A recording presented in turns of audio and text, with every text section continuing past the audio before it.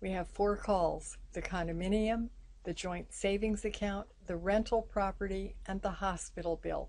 These are classic sorts of issues in California community property. So we have another pure question, this time a pure community property question. In 2003, while planning their wedding, Harry and Wanda, a California couple, spent weeks discussing how they could each own and control their respective salaries. So you do have a lot of discussions. Sometime before their wedding, they prepared a document in which they stated, "After we marry, Wanda's salary is her property, and Harry's salary is his property." That's a prenuptial agreement. At the same time, they prepared a separate document in which they stated, "We agree we do not need legal advice." They signed and dated each document, and then they subsequently married. Okay, so the legitimacy or the enforceability of this prenuptial agreement is obviously going to become an issue. In 2004, Harry used his salary. By their agreement, his salary would be his separate property, if that's enforceable. Harry used his salary to buy a condominium and took title in his name alone. Harry and Wanda moved into the condominium. All right. Form of title is not conclusive. Interest is the key. However, if you assume a valid enforceable prenuptial agreement, then again, this is in fact his separate property.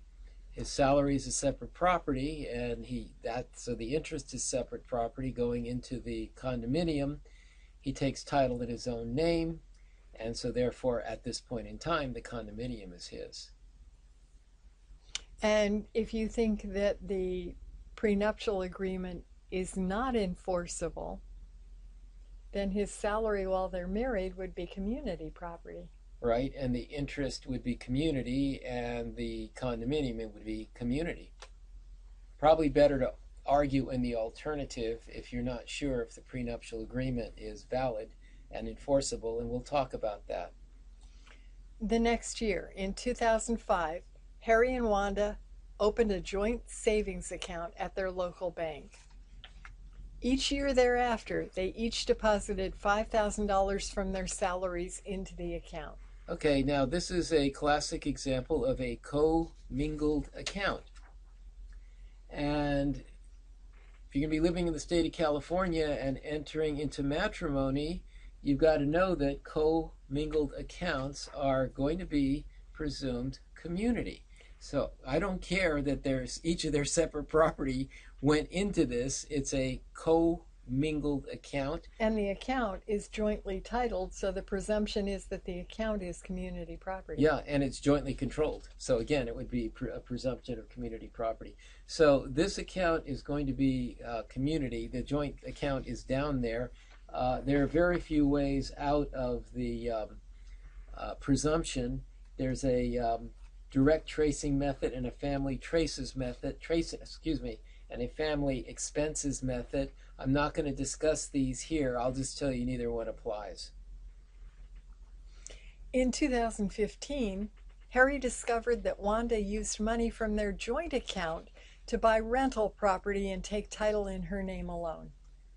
Well, this form of title is not conclusive. Interest is the key. And she's using money from a joint account. We've already decided that that joint account is going to be a community asset. So therefore, the interest in the rental property is community. And the fact that she has title in her name alone is not going to be controlling. Interest is the key. And so therefore, that rental property is community.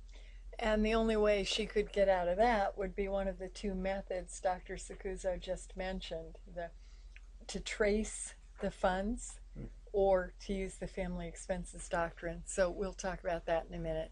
In 2016, Harry and Wanda permanently separated, and Wanda moved out of the condominium. So there's a physical separation.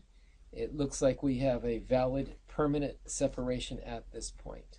And, up until fairly recently, courts in California had said that it was not necessary to move out of the jointly held property in order to perfect a legal permanent separation. The California Supreme Court resolved that. They must physically separate. One of them must move out. They can't live in the same domicile and be legally permanently separated anymore. Wanda thereafter required emergency surgery for a medical condition, resulting in a hospital bill of $50,000. Okay, so the hospital bill is call for, and basically now they are separated. The rule would be if you have a common ordinary necessary, and it seems to me an emergency operation to keep yourself alive is going to be a common ordinary necessary. The rule would be the separate property of either spouse is liable, which means creditors could go after, let's assume Harry has separate property, that the condominium is his. They could go after his separate property. There might be a reimbursement issue, but essentially creditors can reach the separate property of either spouse, as well as community property.